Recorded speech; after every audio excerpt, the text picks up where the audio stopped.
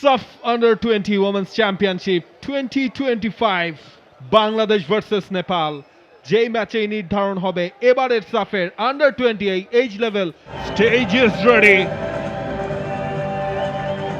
অলিখিত final SAFF under twenty women's চ্যাম্পিয়নশিপের Bangladesh versus Nepal.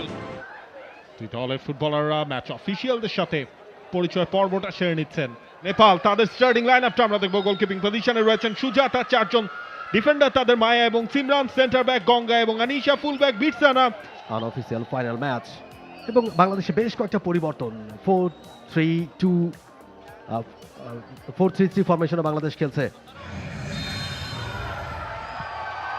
এবং কিক অফের মধ্যে দিয়ে খেলাটা শুরু হয়ে গেল।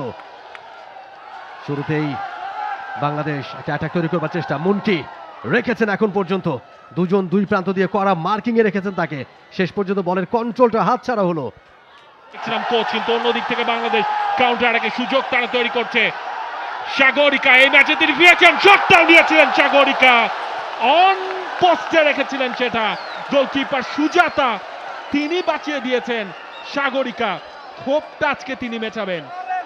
নেপালের ওই ম্যাচটাতে রেড কার্ড দেখেছিলেন, এরপর 3 ম্যাচ তার খেলা হয়নি। এর আগের আসরেও হাইয়েস্ট গোল স্কোরার হয়েছিলেন তিনি। কর্নার কিক বক্সের ভেতরে, এখনো সুযোগ রয়েছে মুন্টি, সেখান থেকে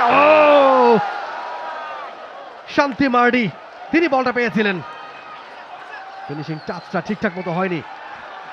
প্লেসমেন্টের দরকার ছিল তার, জাস্ট পাটা ছুঁয়ে দেয়া, সেটা চেষ্টাটাও করেছিলেন।